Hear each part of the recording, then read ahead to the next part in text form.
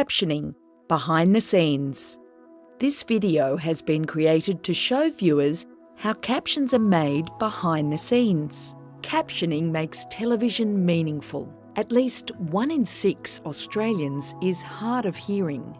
Captioning is the text version of speech and other sounds. It allows viewers who are deaf and hard of hearing, or who had the sound turned off the television, to read what's being said and understand when sounds occur while watching television. Let's take a look at how captions are made. Captions are created by people. They can be prepared earlier and added to the television program as it goes to air, or created live at the time that the program is broadcast. All captions can be a mixture of both pre-prepared and live. The time when captions are created determines whether the captions appear in a block or scrolled across the screen. With the advancement of voice technology, I think a lot of people think that it's sort of more of a mechanical process, but in actual fact there's a lot of human involvement.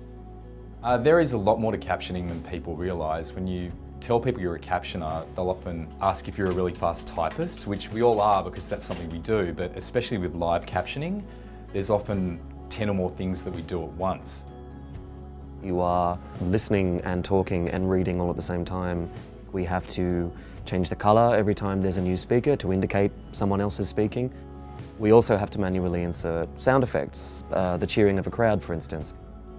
We need to change the position of the captions, either to the top or to the bottom, depending on where important information is on the screen. And we need to insert punctuation. The big thing is really to provide the context. We're typing how it's being said. Is it a joke? Is it serious? So there is a lot going on. It's a very dynamic environment. There are 3 different types of captioning: typing, re-speaking, or stenography. Re-speaking requires the captioner to hear what's being said and then speak into the microphone connected to computer software, which then types out the words. With the signing of the licence, full stop, I reject Macro 1 POSMAC evidence that it was only meant. The captioner will then need to edit the text and change colour for different speakers before the text is displayed on the screen. A steno captioner uses a steno machine to type out the words being said. The machine is hooked up to a computer that translates the shorthand into readable English text. A steno captioner will also edit the text and change colour for different speakers, and then the text is displayed on the screen. Captioners face challenges when there are multiple speakers, fast speakers, unfamiliar and complex words, strong accents and background noise. It's not always possible to reproduce all of the dialogue in a timely way without some reduction or paraphrasing. Why can't Australian broadcasters use overseas captions?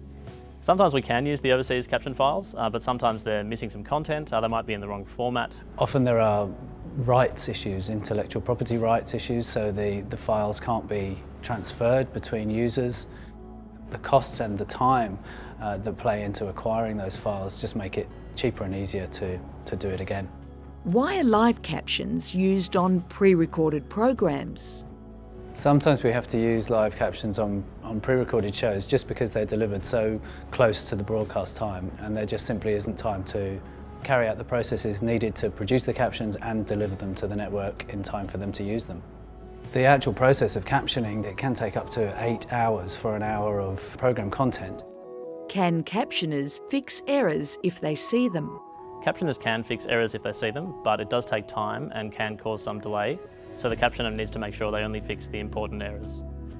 If they're larger errors, say we've put the wrong person's name out or something like that, we will correct the errors because that will affect understanding. Often little words that won't make much difference to the understanding for the viewer. We might have to skip to keep up pace with the programming because we don't want the viewer to miss out on anything. But yeah, we'll just be mindful of what the viewer can understand, and that's the most important thing. For further information about captioning and the captioning obligations of broadcasters and subscription television licensees in Australia, please visit acma.gov.au.